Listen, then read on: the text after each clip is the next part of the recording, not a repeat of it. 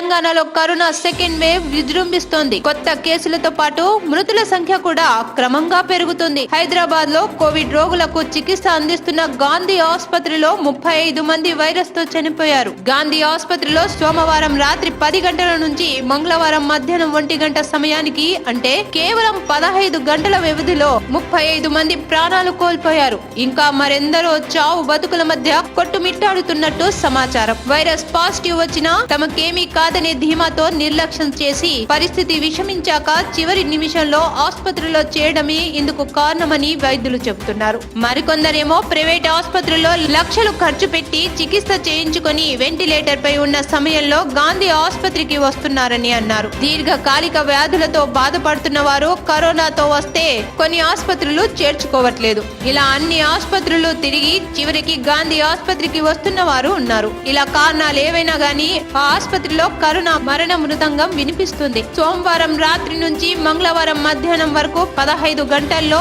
చనిపోయిన 35 మందిలో 45 ఆ లోపు వయసున్న వారు 9 మంది ఉండడం గమనార్హం. మిగతా వారంతా 46 నుంచి 83 ఏళ్ల వారు. ఈ 35 మందిలో 16 మంది మహిళలు కాగా 19 మంది పురుషులు. ప్రస్తుతం గాంధీలో 308 మంది కోవిడ్ రోగులు చికిత్స పొందుతున్నారు.